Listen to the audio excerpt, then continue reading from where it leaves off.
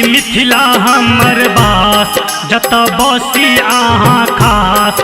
अच्छी मिथिला हमर बास जत बसी आहाँ खास। जग जननी भवानी दियो हमरो पर ध्यान। अच्छी मिथिला हमर बास जत बसी आहाँ खास। जग जननी भवानी दियो हमरो पर ध्यान।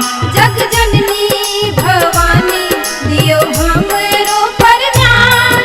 जग जननी भवानी दियो हमरो पर ध्यान।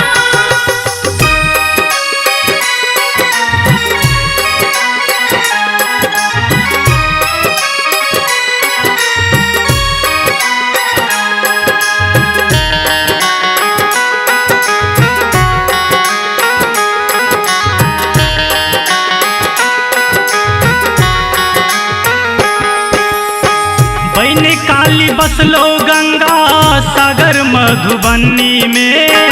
बुढ़िया माई बन कबीरा जई छी यहाँ मंगरौनी में।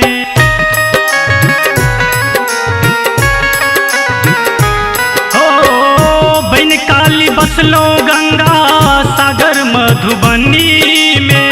बुढ़िया माई बन कबीरा जई छी यहाँ मंगरौनी में।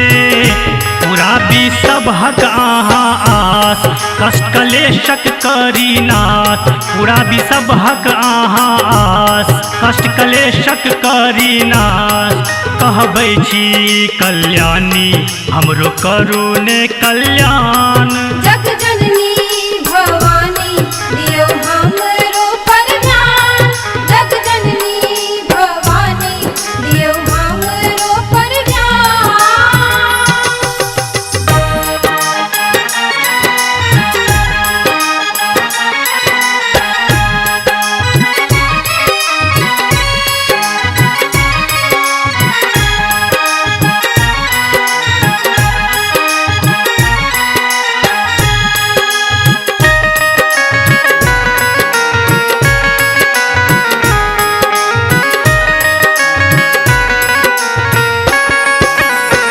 बसै छी उच्चैठ में बने का उच्चैठ बाली।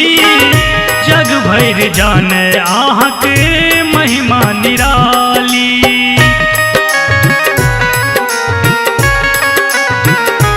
हो बसै छी उच्चैठ में बने का उच्चैठ बाली। जग भरि जाने आहाँक महिमा निराली। कलिया बनल कालिदास अछि हमरो विश्वास।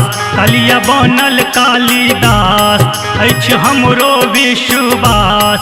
ई हम जानी वरदानी सबके दै छी वरदान। जग जननी भवानी दियो हमरो पर ध्यान। जग जननी भवानी दियो हमरो पर ध्यान।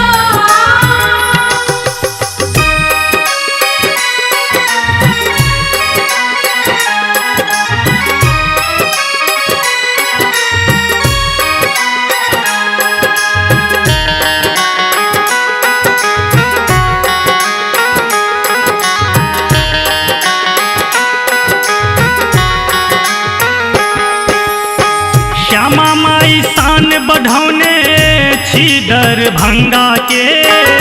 पल में करोड़पति बने बैठी भीख मंगा के।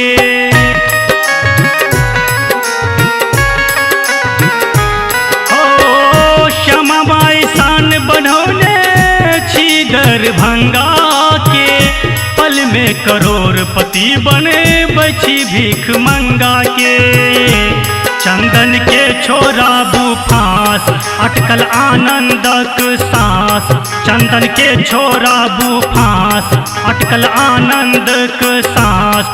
कते कानी आहाँ जानी एना बनू ने आकान। जग जननी भवानी दियो हमरो पर ध्यान।